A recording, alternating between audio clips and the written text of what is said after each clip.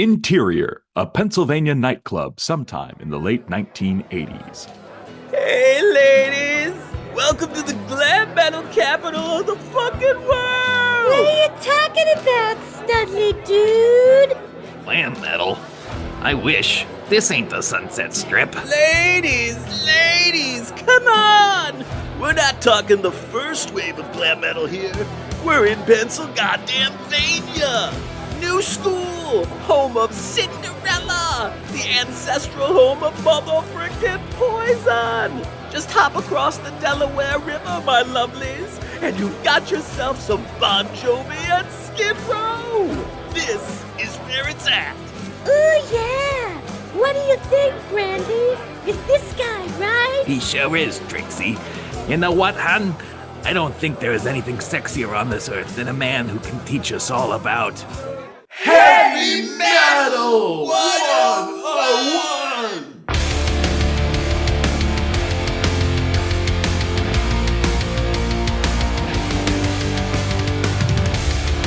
John! My bosom buddy, my old pal, friendo mine. I know that we have had our differences in the past. However, surely we can both agree that there is nothing sexier on this earth than a man who can teach everybody all about heavy metal. No? Hey, wait, I'm going to change that. I'm going to make it not sexist. I'm going to start over. One more time. John! My bosom buddy. My old pal. Friendo mine. I know that we have had our differences in the past. However, surely we can both agree that there is indeed nothing sexier on this earth than a man or a woman who can teach everybody all about heavy metal. No? I feel like this whole episode is just already in the first half page primed for you to try and get me to compliment you, and it's not gonna happen. This is the time, John, where you cast your flowers upon me, you laud my scholarly brilliance, my physical beauty, and I feel like everyone will be better off for it. I feel like maybe you have become a little bit delusional as to the classroom dynamic these It's days. probably fair. I think that's why HR has been on my back. As an in-character student, I'm supposed to be sleeping right now. Well, I suppose that's probably fair based on my own experiences as an in-classroom teacher. Well, anyhow, hallowed be his name, righteous scholar of metal. You know, beloved HM 101 acolytes, today truly is a great day, a magical day, a beautiful day. Today is the day where John and I once more don our leather and lace, apply an appropriately thick coating of glamorous makeup, and continue our vast, extensive explorations into the sordid, wonderful history of one of America's greatest artistic exports, glam metal. And on that note, John, might I say you're looking quite fetching in the particular combination of leather, lace, and glamorous makeup you're wearing for today's recording session. Thank you. I worked very hard on it. See, I complimented you. Was that hard? It didn't feel hard, but you got nothing. You just take the compliment and you sit there in stony silence. I'm a taker. Yes, you are. Yes, you are. Now look, I truly do understand that glam metal is not a universally beloved heavy metal subgenre in this day and age. I get that this music has long since been disowned by many of my fellow heavy metal cognoscenti. But not me, John. Not me. Do you respect my dogged tenacity, intellectual integrity, and rugged dedication to this cause? You know what? I have to say, I feel like this is where, in some sort of weird way, you and I are aligned. Ooh. In that I piss off all our listeners by saying all this music sucks, and you piss off all our listeners by saying that glam metal is heavy metal. It's actually completely true. It is on episodes like today that we manage to collectively piss off everybody. Huzzah! I told you it was going to be a great day. I feel excellent. All right. Well, look, it's okay. I don't do this for you, John. I know. I know. I do it for the children. For the children! Look, let's reach deep into the murky waters of the past and try to see what lurked just below the surface of that great and glorious second wave of glam metal. Now, contrary to popular belief, I don't actually set out trying to create podcast scripts that are 400 pages long. Sometimes it just happens. You're willing to testify to that, right? Genuinely, yes, it is terrifying. And these are single-spaced. And in a small font. I wonder how many words I've written for Heavy Metal 101. More than you're going to write for your dissertation, I'll tell you that. I think that's true. Maybe I'll just collect my scripts and turn that in as a dissertation. Oh, What do I you bet think? that'd go well. I think so too. All right. Well, look, I just want you to know I'm going to do my very damnedest to ensure that that does not happen for this episode. I think, John, that we can work together and try to be that lean, mean HM 101 machine that I know we're capable of being. What do you think? I will keep my comments to a minimum. All right. You just be terse and maybe a little cruel, and I think we'll get through this thing. Easy. Aces. My goal here today is to explore the period of glam metal's greatest ascendancy into the larger popular culture, which is often known as its second wave.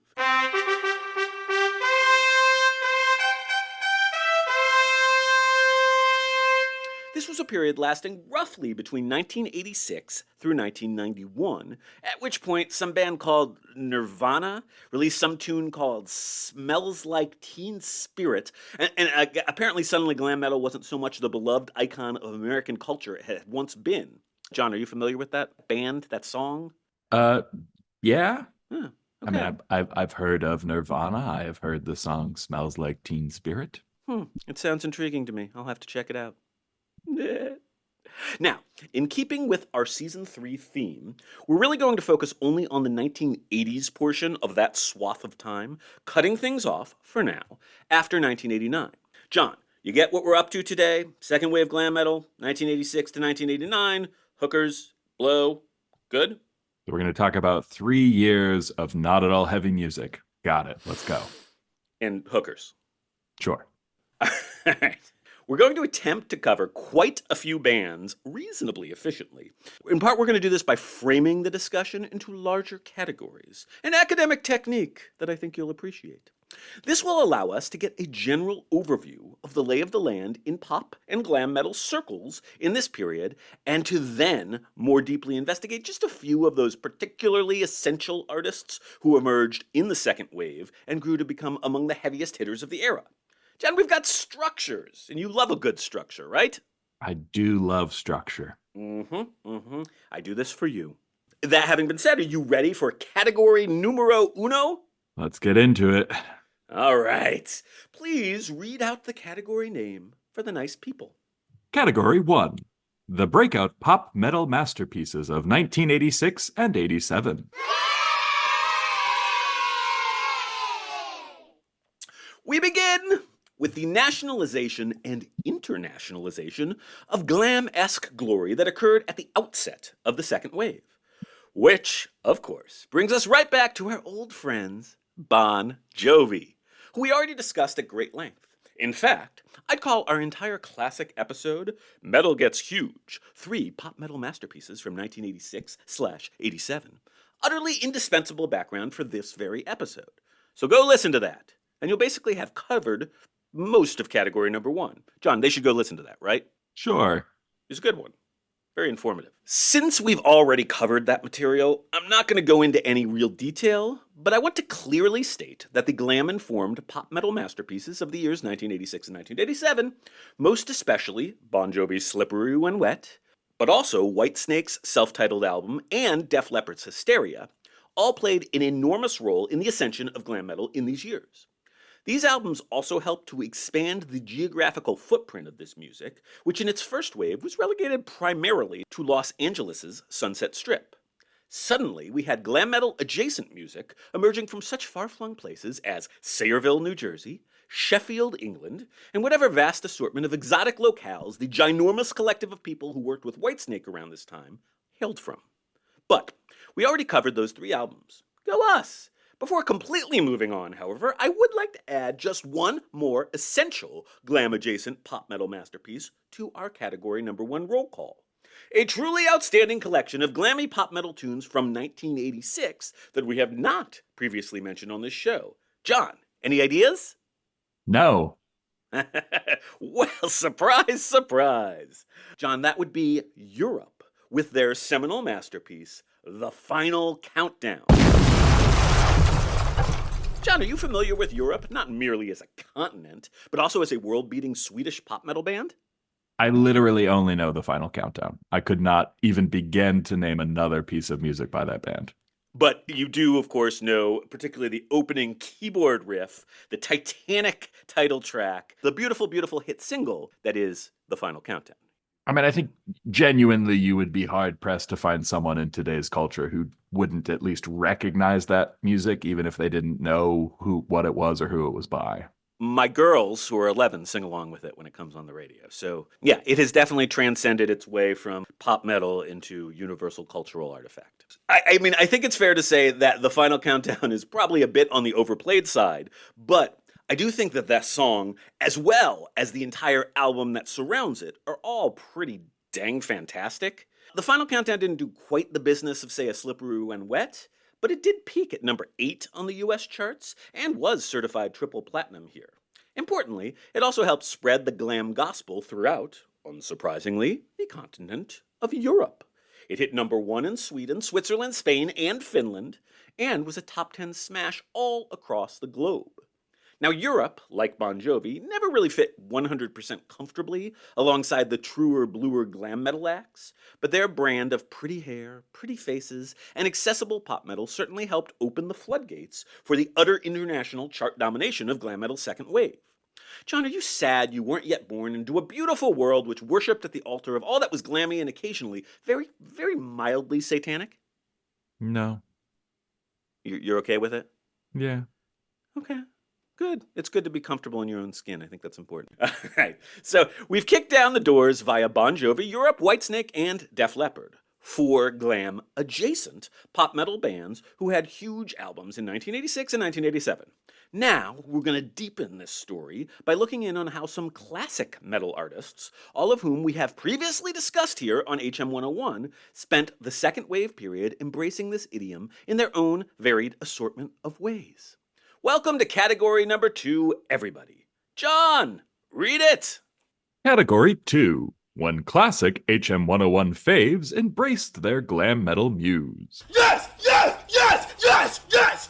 John, you know these bands. They're some of our oldest friends here on HM 101. As such, why don't you tell us a bit about what this talented collection of classic metal artists were getting up to in the glam metal trenches of the late 1980s? That would be ever so nice.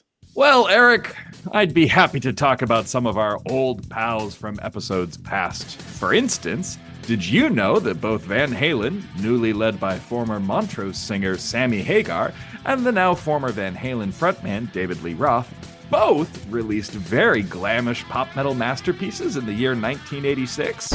Whoa there, good buddy!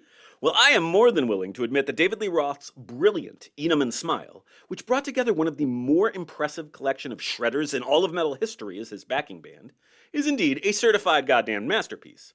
I'm not sure I'm quite as comfortable putting the somewhat mawkish 5150 by Van Hagar into that category.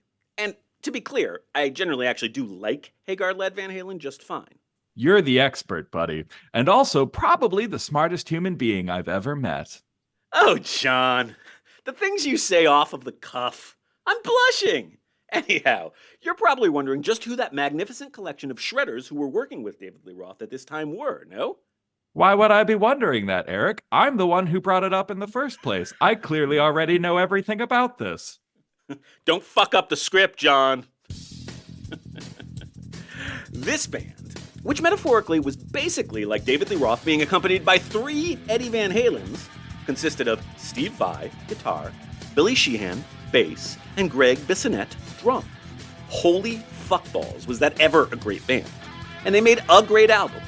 Just one. We don't need to talk about Skyscraper. But John, were there, perhaps, other HM 101 approved artists also dabbling in the making of glam metal informed music at this time?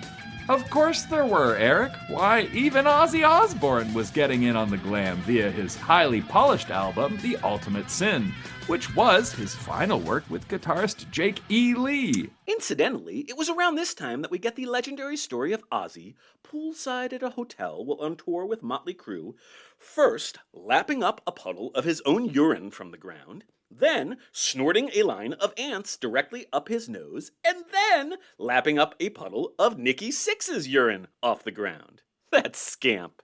Okay, please, continue. That's disgusting. It's not the least disgusting Ozzy Osbourne story, I will say that.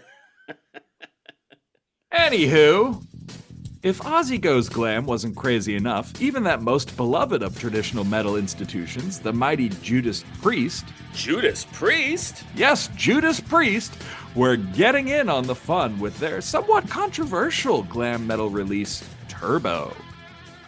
Now, for the record, Turbo Lover is one of my favorite fucking Priest songs. I love it.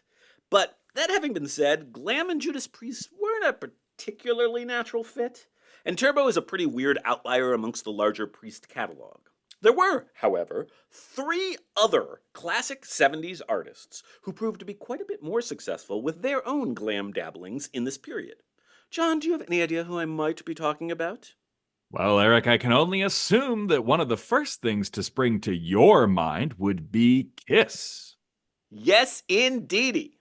We've already talked at length about Kiss's extremely poppy Crazy Nights album just 2 episodes back, but I will note here and now that Kiss did about as good a job as any of the middle-aged metal bands in navigating the youth-centric waters of the glam metal movement. That said, probably the most commercially successful glam-adjacent comeback for arguably a traditional metal band would be Aerosmith's utterly delightful Permanent Vacation, which did an amazing job of synthesizing elements of the band's classic blues rock aesthetic alongside cutting-edge, highly accessible glam/pop metal elements. It sold over 5 million copies in the US alone and brought a rather moribund band back into the hallowed halls of superstardom. So that's pretty impressive, right? Sure. Your enthusiasm, as always, is an inspiration to us all. Hell, even Alice Cooper got in on the fun. His 1986 comeback album, Constrictor, was a mix of a particularly macabre strain of glam and pop metal, alongside some amount of lingering new wave left over from his earlier 80s work. I'm more inclined to call his 1987 release, Raise Your Fist and Yell, traditional metal, but Cooper finally did go unambiguously full-on glam via his 1989 late-period breakthrough, Trash. John, are you an 80s Coop fan? You know I have not listened to a single bit of 80s Coop. Lies! Because I wanted you to experience some of the best of old artists dabbling in glam waters. So on your playlist, I included the song Poison, which is the lead-off track from the album Trash. Do you remember that song? 3 hours later. I think when I was listening to that, I thought this was the band Poison and not the song Poison. No. Either way, I hated it. Oh no! Really? Yeah. God, I fucking love that song so much. I believe my one comment to you in advance of this recording was Poison sucks. It's true. And I assumed you were talking about the band, but it seems like you were possibly talking about the band and the song, kind of confounding them together. Hey, listen, it's easy to generalize. You know what sucks, John? You sucks. You sucks. Oh, thank you. Look, I fucking love all 3 of those Alice Cooper albums, and I very clearly recall the day when I officially declared Alice Cooper as my second favorite artist after Kiss, which was not long after Trash was released. You heard it here, folks. Eric loves Trash. I do! Oh my gosh, I set you up for that one. That was good. This particular tune, Poison, was penned by Cooper, guitarist John McMurray, and our good old friend, song doctor Desmond Child. But you didn't like it at all? You thought it was trash? I mean, it's fine. It didn't do anything. It's not like it's a bad... None of the music you made me listen to for this was bad. Okay. I mean, it's glammy. It's pop. It doesn't feel like what I think of when you say heavy metal, and none of it feels particularly like, oh, wow, they did something really cool there. It just sort of feels kind of formulaic and kind of similar. What's it like to be dead inside, John? You know, life's pretty easy. I could see that. Fair enough, fair enough. Look, glam in this period really was one of those rising tides that brought a whole bunch of boats along for the ride, and I don't think any of the above bands going glamish seems all that crazy. That said, hard as it may be to believe, glam was so cool at this point that some bands who, at least on the surface, would appear to have stood for everything that glam is not, also decided to experiment with dipping an artistic toe into glammy waters, which now brings us to category number 3. John? Category number 3. completely fucking weird entries into the second wave glam metal canon. Woo-hoo, this is gonna be fun. You ready to get fucking weird? Well, maybe it'll be fun. Of course, I didn't put any of these on your playlist because they're all like really hard to find and fucking weird. Oh, so you left out all the potentially interesting music. Got it. I think that's actually accurate. Yes. Do you perchance recall our brief prior discussion about the legendary English hardcore band Discharge and their profound formative influence on the American thrash metal movement? No, but I bet I made some sort of comment to the effect of I don't like that band name. I could see you not liking that band name, but I think you were too busy reading scripted stuff at the time, so you probably didn't get to get that in. No But room now, for independent thought. now we have record of your disapproval of the name Discharge. Yeah, I don't like that. Discharge. Stop it. Well, Discharge formed in 1977, and not only did they influence the development of a whole bunch of other genres, including particularly American thrash metal, but they also created a genre all their own, D-beat. So that's pretty impressive, no? What is it? It's just a kind of punk, a kind of crust punk that has very politically charged themes. There's a specific drum beat associated with it. But suffice to say, a lot of bands played in a genre that they identified as having been created by and influenced by Discharge. So they get D-beat. I don't think you'd be able to discern it from any other kind of like just hardcore music. But it exists. People accept it. Okay. All right. And yet, for reasons which must be kept between them and their ghastly, freakish god figure.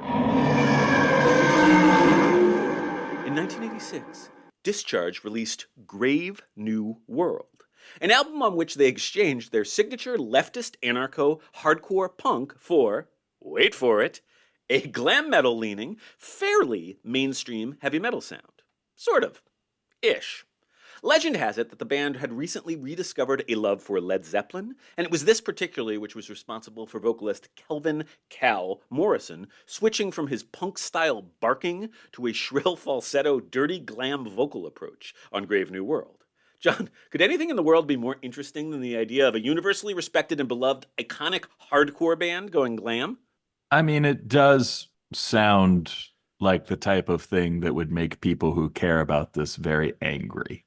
Yes, that is correct. You are correct. I mean, I don't think it's at all surprising, considering the not terribly forgiving nature of hardcore audiences, that the album and subsequent tour were a complete and utter fucking disaster for the band, and that they disbanded soon after that tour ended. Glam metal, John, it is perhaps a more powerful force for good or evil than any of us could possibly have imagined, no? I mean, it is unfortunate that it went so shittily that they had to disband. That's not good. Oof. Well, what are you going to do? People don't like it when you break out of your mold. Whether it's a good breakout or a bad breakout, I don't think it matters. Yeah, change is bad. Don't change. Everyone stay exactly the same. Yeah, that's why all of our episodes are basically indistinguishable from one to the next. Just the same shit. Look, I have genuinely no idea what you're doing, but I'm pretty sure you could cut and splice my comments from any given episode, and they're probably going to work in any other given episode. That's literally how I put together final edits. I just have this file I call John Bullshit, and I just plug it in. I actually haven't been at a recording session in 2 years. We knocked out all of my stuff in that first season. Ladies and gentlemen, it's time I make this announcement official. John is dead. John died, but we have kept him alive through a bank of sounds he recorded from his deathbed. Thanks, John. Thanks for all the memories. And back to you, Eric. And if that example wasn't weird enough, just 2 short years later, in September of 1988, that most majestic, beloved Swiss extreme metal institution, the all-powerful Celtic Frost, also decided to attempt their own explorations of the glam idiom. Cold Lake, John. Cold Lake. Our whole listening audience just went twitchy with goose pimples. Is this perhaps the very most universally hated album by one of the most respected bands ever? I don't know. I think Metallica and Lou Reed might have a couple of things to say about that. Lulu. Cough, cough, Lulu. But Cold Lake is most certainly in that discussion. Now, in fairness to Celtic Frost, Cold Lake is really just Tom G. Warrior and a bunch of new dudes working under the name Celtic Frost. Still, much as I love glam metal and much as I worship Celtic Frost, it's pretty hard to appreciate the album other than as a historical oddity. A musty, crusty artifact from a time back when glam truly ruled the world. Tom G. Warrior agrees that it is a moldering pile of shit, and Cold Lake is out of print and impossible to find streaming other than on YouTube. That said, all good heavy metal scholars should at least take a listen. John, you're a good heavy metal scholar. Will you be investigating Grave New World and or Cold Lake? I refuse to accept that title, and I will not be listening to either of those albums. Is that because you're dead? Next. Regardless, this is an important reminder for all. In the second half of the 1980s, the glam ethos was so powerfully popular and magnetic that a couple of the most ruggedly idiosyncratic and brilliant groups in the history of heavy music, fucking Discharge and Celtic Frost, were once lured by its siren song. Glam really was, for a short while, at the beating heart of the heavy metal universe. John, can you feel it? Do you at last understand? Understand what? No one is arguing that this was popular. Oh. Okay. We all know this was popular. We just think it wasn't good. Oh. So I haven't really swayed you in any meaningful way. No. Okay. We need to move this thing along. So what's next, pal o' mine? Category number 4. The further adventures of first wave glam bands during the second wave. I think that could have been clunkier. But it was good, right? You liked it? Remains to be seen. All right. It is time to look in on what our old friends from the first wave of Sunset Strip glam bands were up to during these halcyon days of wave numero dos. In order to keep things relatively manageable, we're only going to briefly discuss the 6 second wave bands we featured on our storied season number 2 episode, A Brief History of Glam Metal Part 2, the first wave of Los Angeles glam metal, parentheses, 1981 through 85. That would be Motley Crue, Dokken, Wasp, Great White, Stryper, and Rats.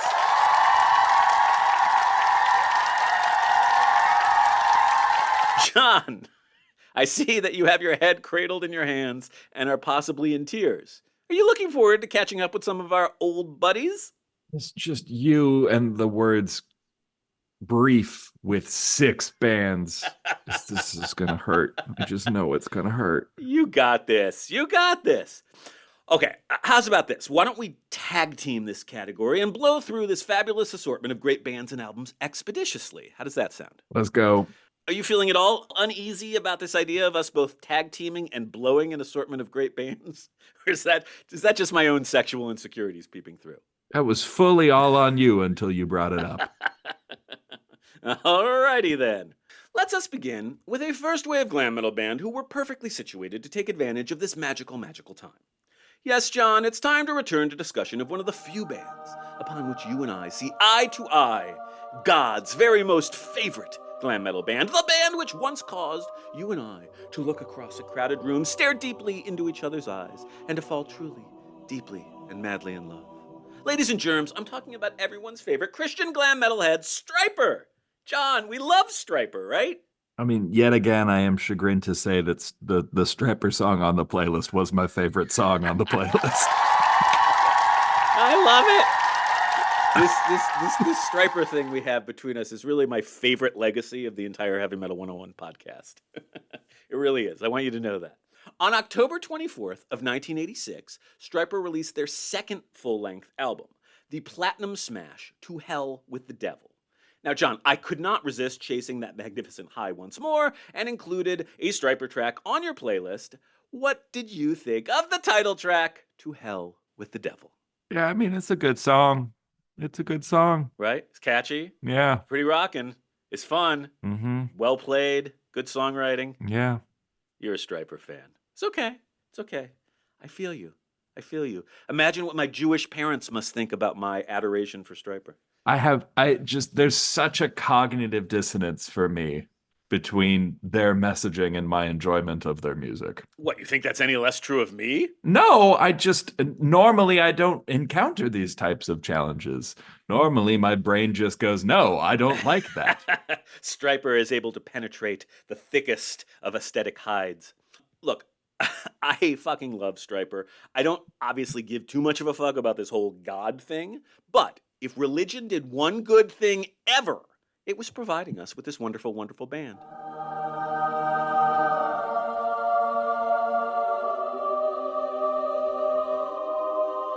Chef's kiss, baby. I'd love to linger on the glory that is Stryper, but I'll just passingly mention that the direct follow-up to Hell with the Devil, 1988's In God We Trust, it has a few really fabulous songs on it, but it generally leans just a bit too hard into the poppier, sappier, suckier side of Stryper's oeuvre, and I don't think it's held up nearly as well as their prior two albums.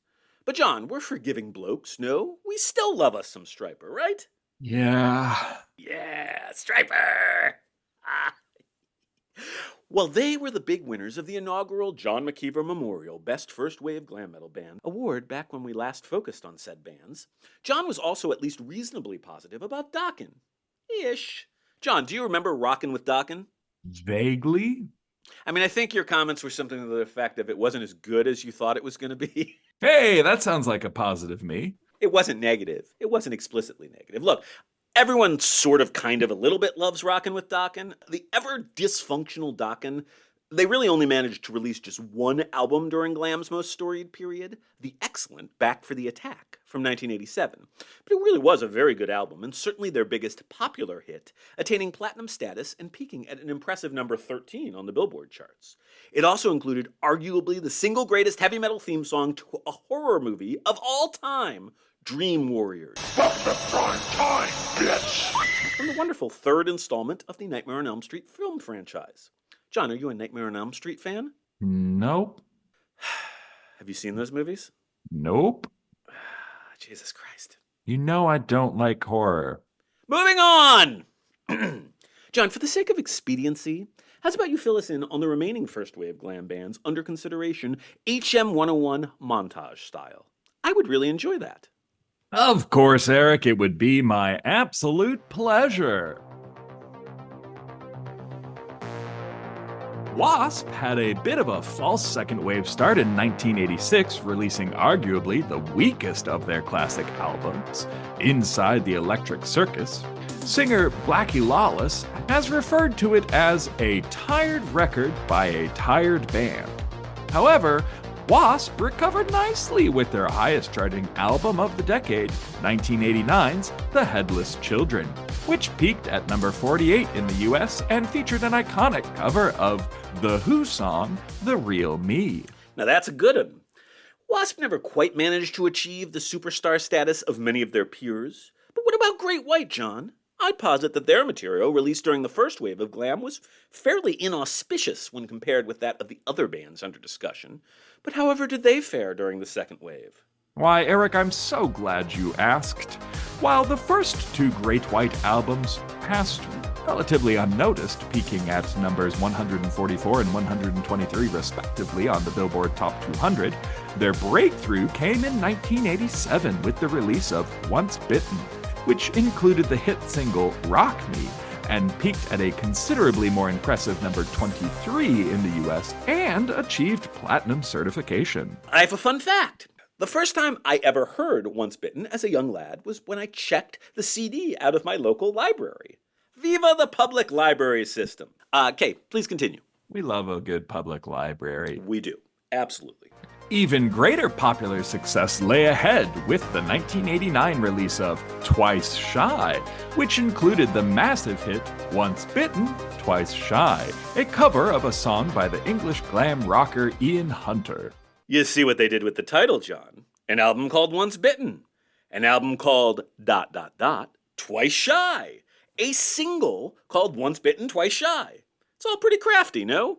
Great White, we're playing the long game on that one. That's some remarkable forethought for people who generally involve themselves in this genre of music. Yes, I agree. Bunch of fucking morons. Well, fuckers or not, it did earn them a double platinum certification, Grammy nomination, and top 40 album. And how's about those delightful rodents from Rat? Whatever were they up to? Following their 1984 debut, Rat suffered slowly but surely from an unfortunate phenomenon, the law of diminishing returns. Their very solid 1985 release, Invasion of Your Privacy, followed a template which was remarkably similar to that of the debut.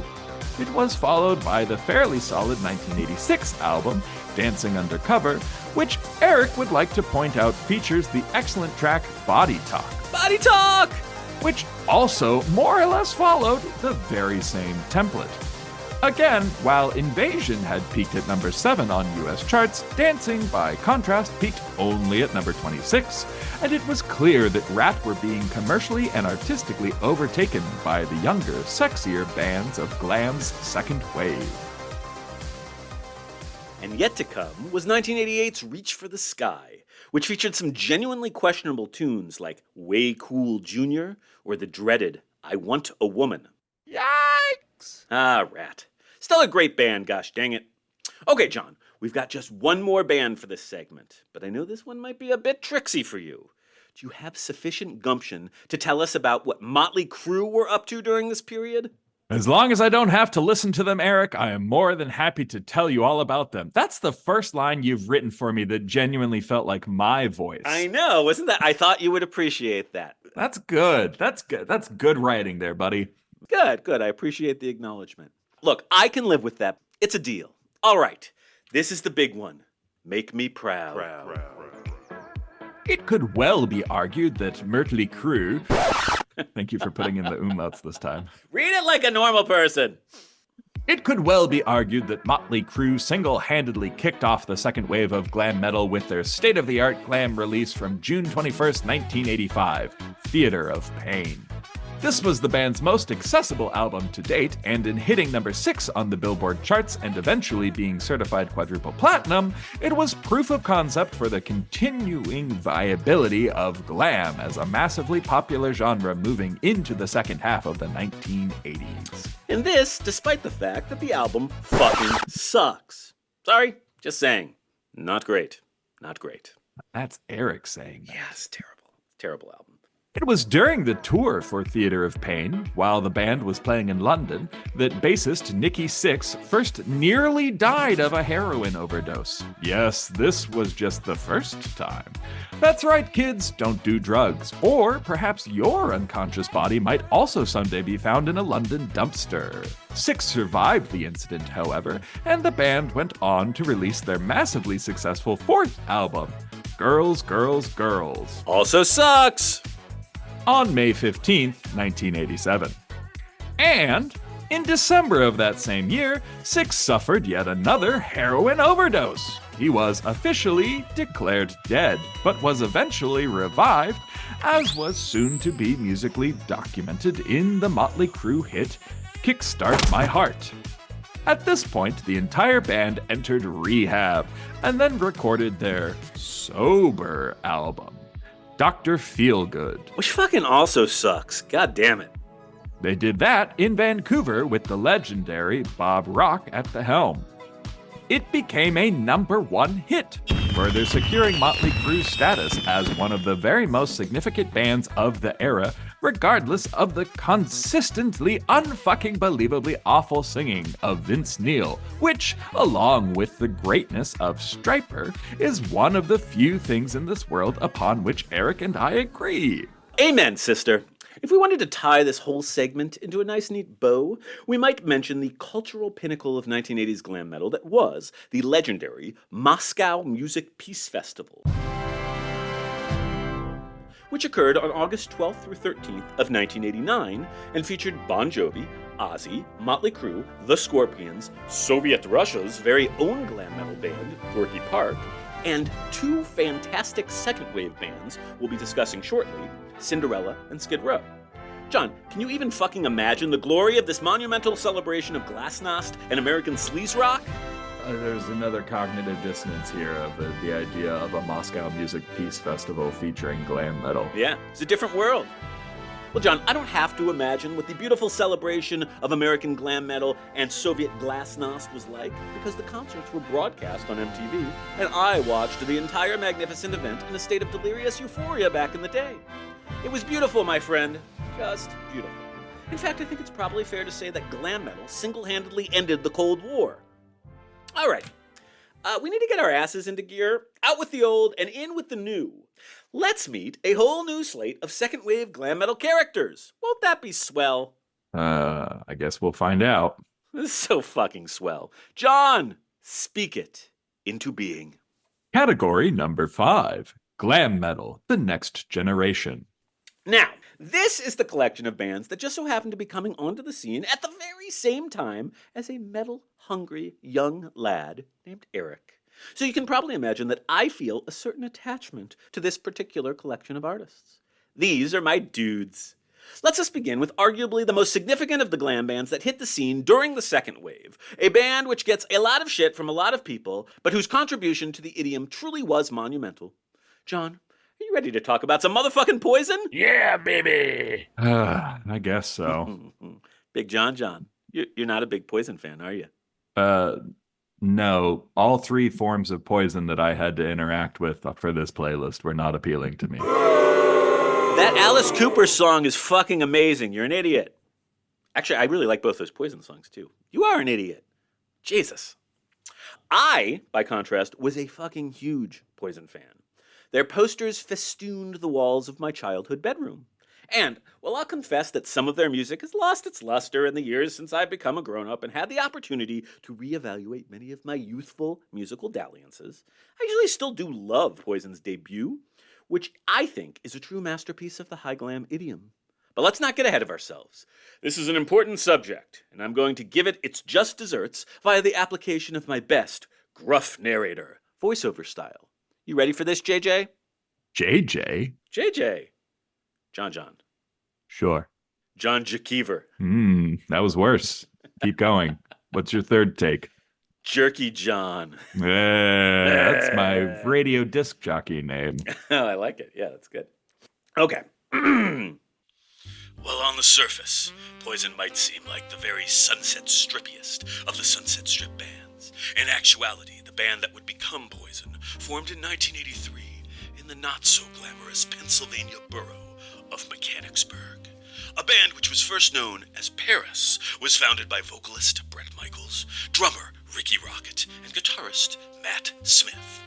Towards the end of 1983, the band, now including bassist Bobby Dahl and renamed Poison, relocated to sunny Southern California, where they would struggle in the wannabe glam trenches of the Sunset Strip until the departure of guitarist Smith in 1985. During the process of auditioning for his replacement, the final choice came down to a brash, Brooklyn-born fellow working under the nom de plume, C.C. DeVille, and a soulful shredder born Saul Hudson, but who listeners, and John, will likely know better by his chosen mononym, Slash.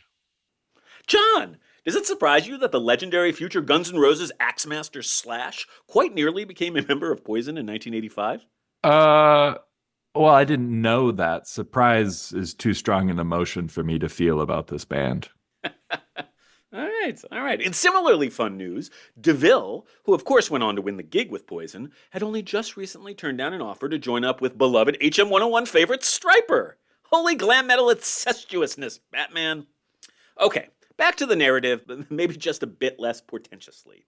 Poison was eventually signed to Enigma Records and released their iconic debut, Look What the Cat Dragged In, on May 23rd, 1986. I've already confessed my undying love for this album. John, I know the answer to this, but what did you think of the first massive hit single, which I included on your playlist, the great Talk Dirty to Me? It's just like, again, as I said, none of these songs are bad.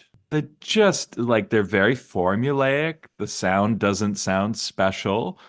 And they're just, it's very poppy. It's very poppy. It doesn't speak to me in any sort of an artistically moving way. You weren't moved by Talk Dirty to Me? I was not moved. Didn't make you want to talk dirty to someone you love? No.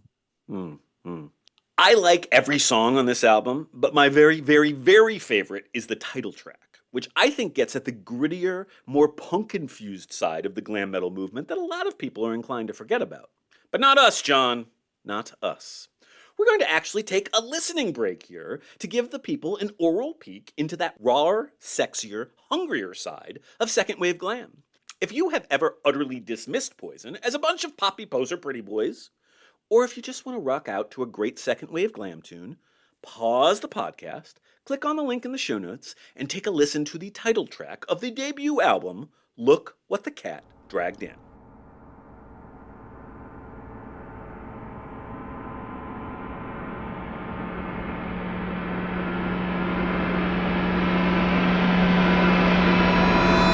Now, John, I know that you hate all the things that bring even a modicum of joy to the people.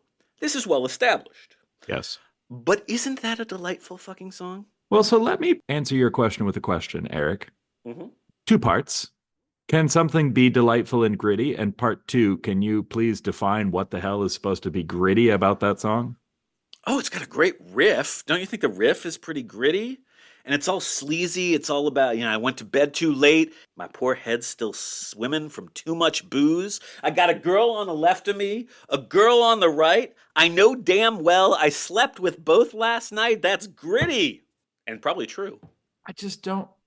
Your definition of grit and my definition of grit are 2 very different definitions of grit.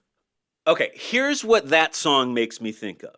That song makes me think of the side of the glam metal, the non-glamorous side of the glam metal oeuvre, when these bands were young and broke and just dirty early 20s or late teenagers living in near destitution in cockroach-infested apartments, barely scraping by. What of the text that you just read to me even remotely implies the world that you're describing right now? Oh my God. Look what the cat dragged in. Living my life, sin after sin. The night rolls up, and I do it again. Oh my God, my God. Look what the cat dragged in. Poison. Is shit. The album was famously recorded on something of a shoestring budget. $23,000. It's not a lot of money to record an album. That is not. But I think the rough production quality here is really what keeps this album fairly evergreen aesthetically. I think that. John respectfully disagrees.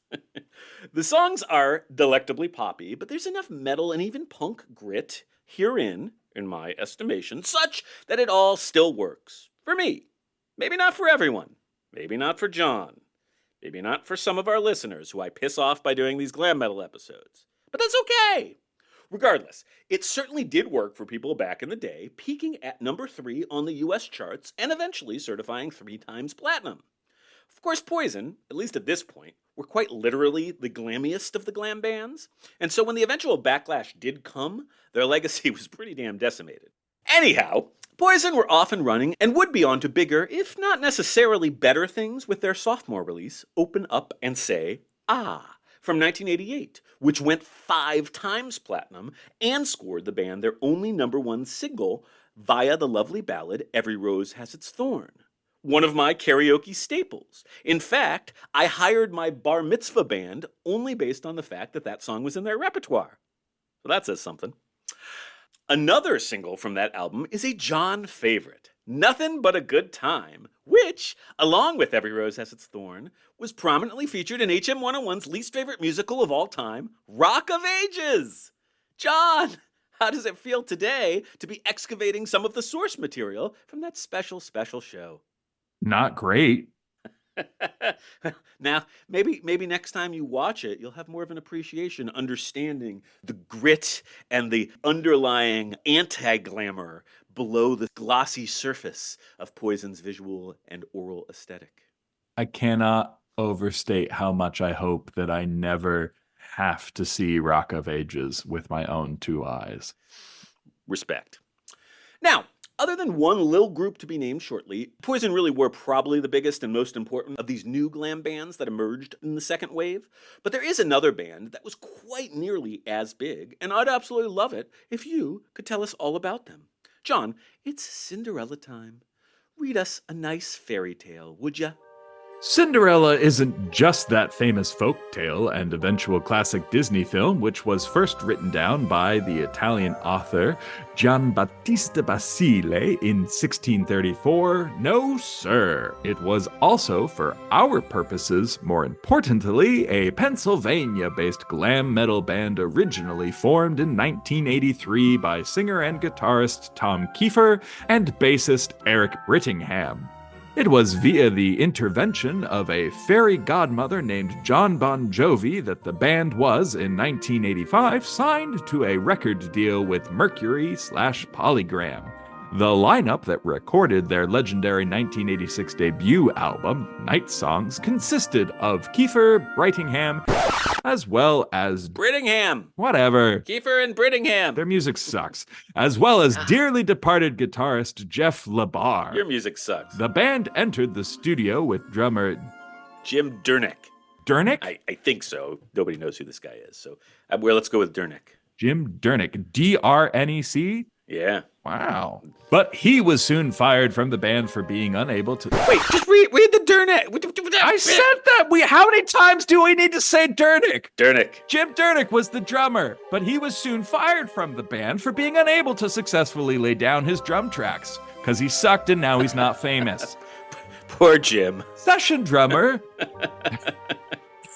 Jim is going to turn out to be one of our deepest followers and listeners. He's probably a super fan. Yeah, this is awful.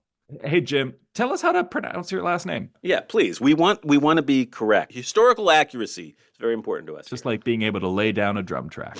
Oh, Dernick. Session drummer Jody Cortez performed on the album, with classic lineup drummer Fred Curry joining up with the band after the recording sessions were complete. In what will become a familiar pattern for bands of this era, the up-tempo first single, Shake Me, didn't originally make much of an impact on the listening public. However, the second single, the power ballad, Nobody's Fool, was a massive hit, breaking the band big and eventually leading the album to a triple platinum certification.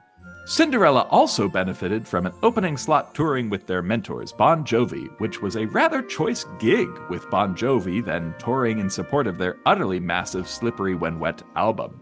In 1988, Cinderella released their second album, Long Cold Winter, which also commercially benefited from a hit ballad, Don't Know What You Got Till It's Gone.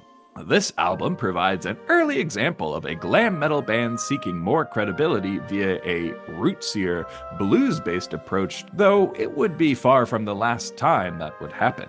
Long Cold Winter peaked at number 10 on the Billboard charts and, like its predecessor, eventually received triple platinum certification. I think that Cinderella are one of those bands that a lot of people sometimes forget were utterly huge. John, had you ever previously heard of the band Cinderella prior to your stint here on HM 101? Absolutely not. Yeah, apparently not a band with legs, which is a shame. Both of those first two albums were great. I wanted to give you a taste of that quirky, rootsy glam thing, so I put Long Cold Winter's opening diptych of Bad Seamstress Blues and Fallen Apart at the Seams on your playlist. You like it? It just sounds confused today. You don't think that it would be the same synthesis of pop metal sensibilities and clearly culturally appropriated blues licks? Well, I mean, it is definitely that. It is exactly that. It just, listening to it feels like two unrelated things that were mushed together. Even though, I understand the roots, I understand the origin, I understand the historical lineage that we've discussed, that just, this was not a good synthesis. It was hey, here's an opening blues riff, and then here's a pop song. Yeah, I mean, look, there's maybe more than just a bit of musical tourism on display, but they were still a great band. Great. But fuck me. The hour grows late, and there's still much to do. We need to get moving. In order to launch us towards our grand finale, I think that an assortment of brief, colorful vignettes will be a perfect approach for detailing the life and times of the best of the other glam metal artists who emerged at this time. Don't you? Brief is great. Great. Let's alternate silky smooth baritone deliveries. I go first. Vignette powers, go! White Lion. White Lion was founded in New York City in 1983 by an American virtuoso guitarist, Vito Bratta, and the Danish singer, Mike Tramp. Their actual not-so-well-known debut, Fight to Survive, was originally released only in Japan. though it did eventually get a US release in June of 1986. However, it was their sophomore album, Pride, released on June 22, 1987, that truly broke the band, including 2 top 10 singles, Wait and the acoustic ballad When the Children Cry. Pride went on to sell 2 million copies. Their 1989 follow-up, Big Game, peaked at number 19 on the Billboard charts and might be particularly noted for its politically engaged songs, something quite unusual in glam metal circles. These included the singles Little Fighter, about the sinking of the Greenpeace boat Rainbow Warrior, and the anti-apartheid song Cry for Freedom. Warrant. Warrant was originally founded in Hollywood in 1984, though the band's significant period truly began in 1987 when singer Jani Lane and drummer Stephen Sweet, previously of the band Plain Jane, as well as guitarist Joey Allen, joined up with Warrant guitarist Eric Turner and bassist Jerry Dixon to form the band's classic lineup. Jani Lane was always the band's MVP, composing all of the music and lyrics for their 1989 hit debut album Dirty Rotten Filthy Stinkin' Rich, which included the Rock of Ages approved banger, the power ballad Evan. So there's that. Skid Row. Fuck! This band deserves a hell of a lot more than a fucking vignette. To my mind, Skid Row were the best of the second wave glam metal bands, other than the mighty Guns N' Roses.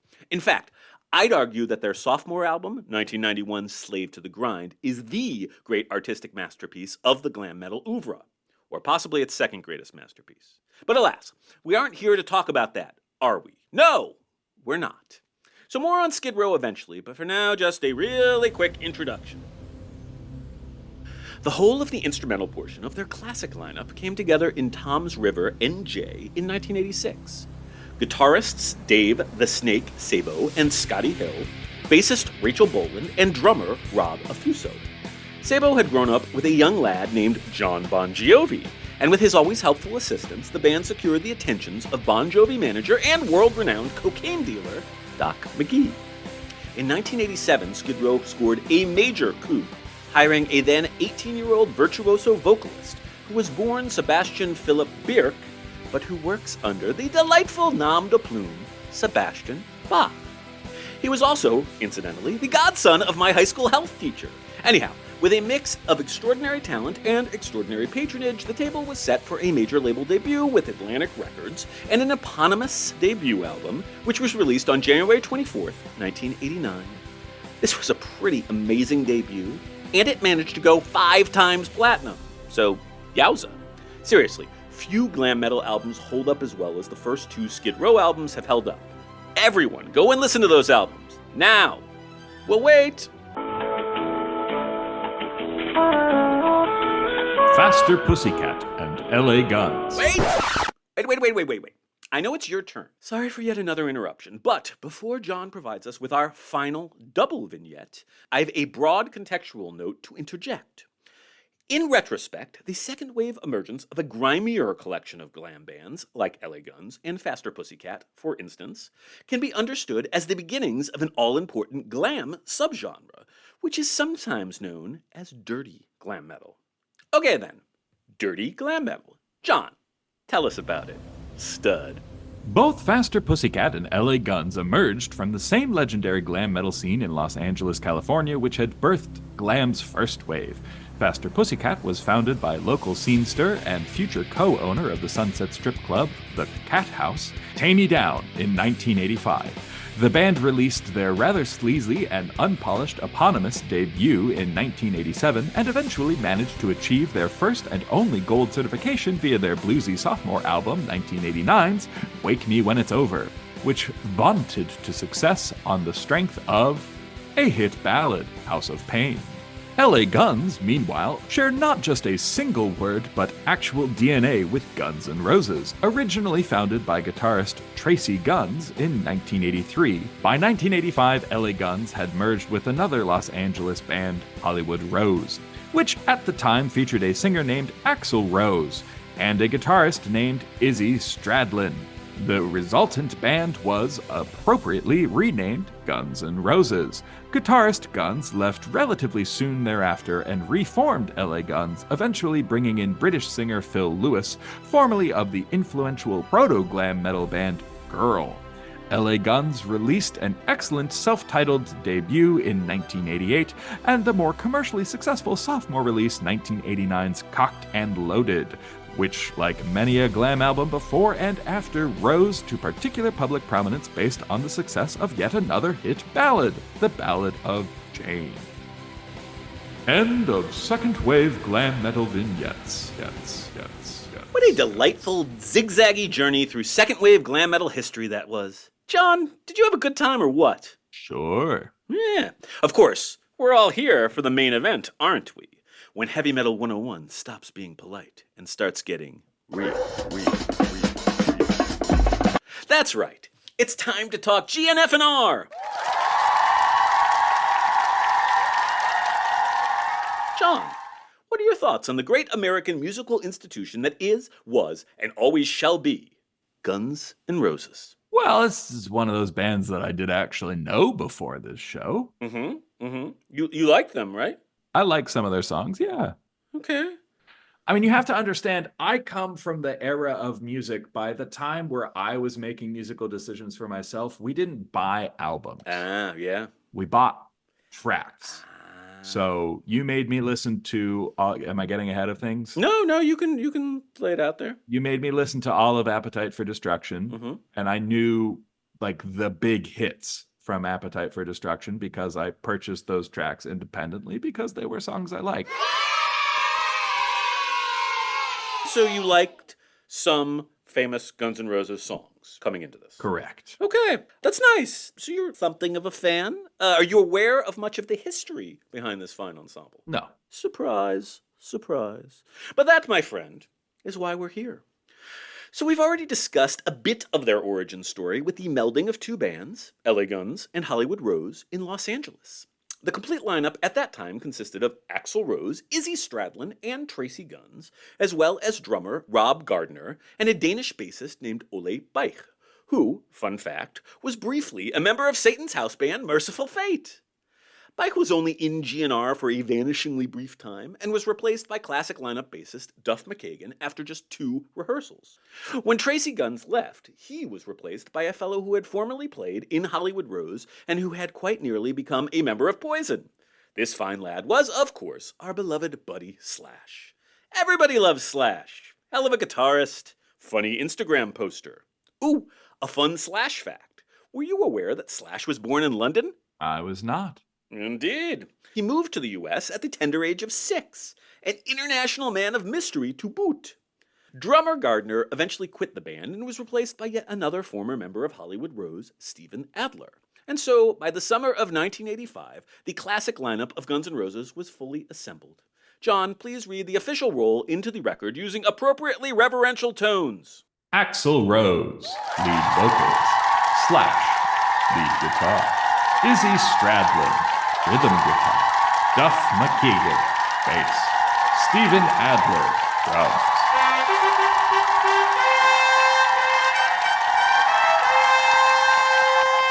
Guns N' Roses were signed to Geffen Records in March of 1986, and their first release was a 4-song faux live EP, live, !, !, !, Like a Suicide, aka Live Like a Suicide, in December of that same year. Although the original EP was a very limited release, most fans will be familiar with this material as the first side of the 1988 album Gn'F'nR Lies. John, are you familiar with that bad boy? Nope. It's a great album, but with a couple of very unfortunate lyrics. Very, very unfortunate. Anyhow, the original EP consisted of 4 studio tracks, 2 originals, and covers of tunes by Rose Tattoo and Aerosmith, with crowd noise overdubbed on top to make it appear to be a live recording. Fun! I think it would be well worth taking a short listening break to remind ourselves of what the 10,000 people who originally purchased this EP heard as their first recorded taste of this soon-to-be legendary band. let's all check out the opening track from Live Like a Suicide, Reckless Life, which was penned by Rose Stradlin and former Hollywood Rose guitarist Chris Webber. You all know the drill. Pause the podcast, click the link in the show notes, and we'll see you on the other side.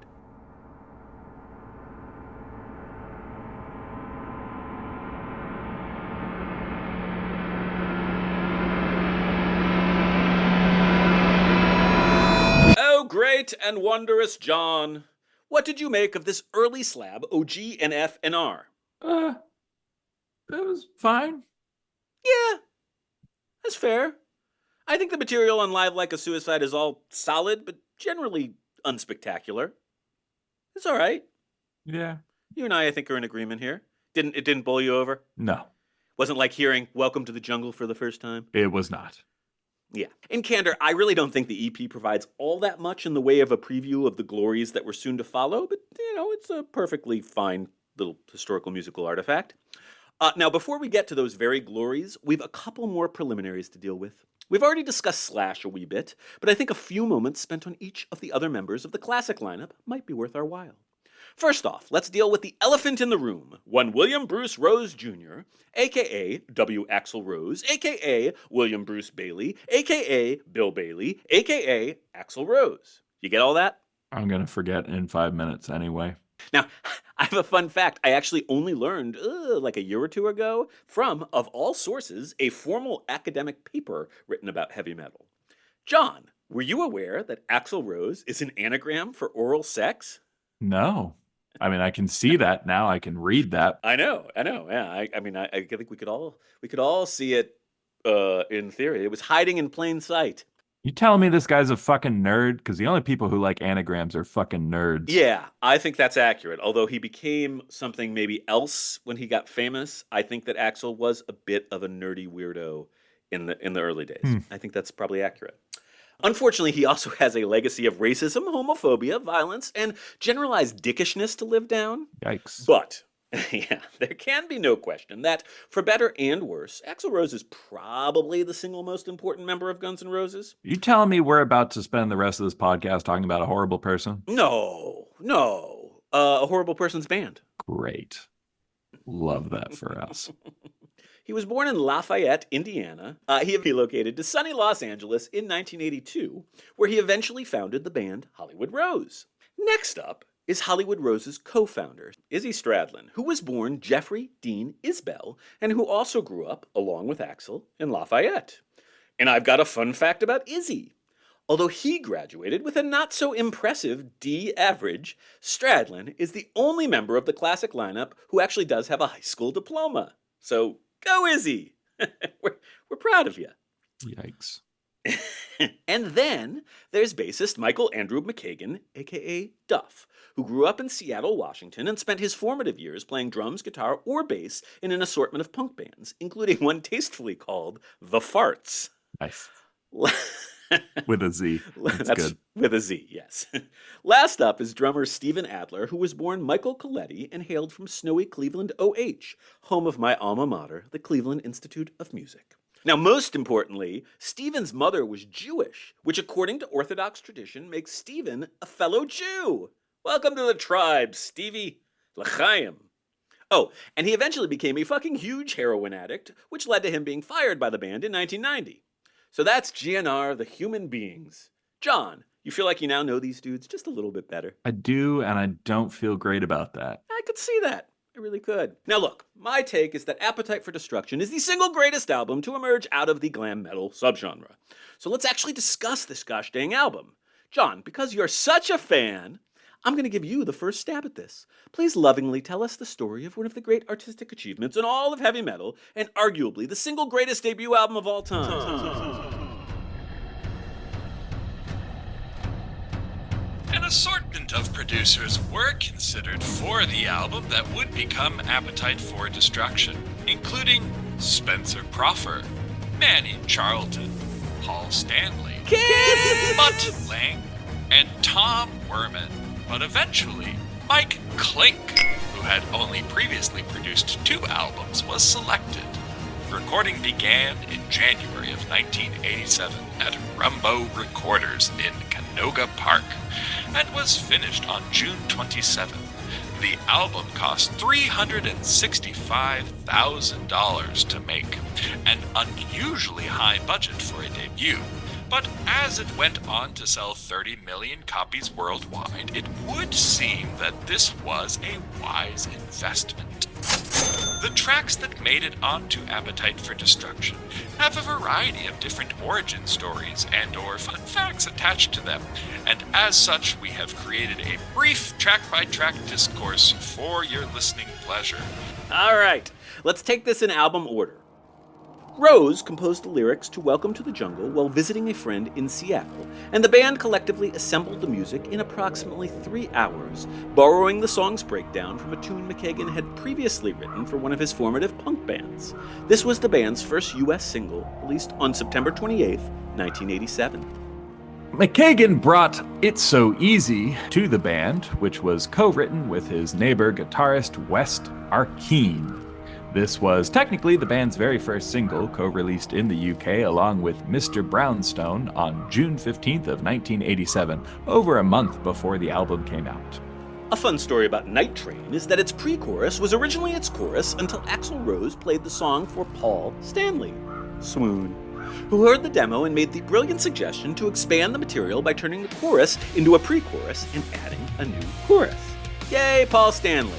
Out to Get Me was written about Axl Rose's juvenile delinquency back in Indiana. That said, apparently Axl was fucking innocent, so that's good.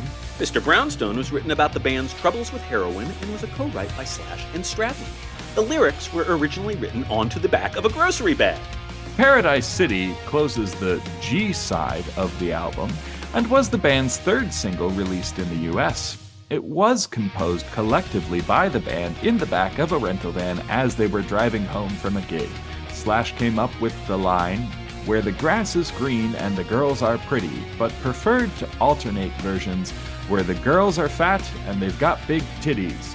Fortunately for all of us, the band outvoted him and stuck with the first version.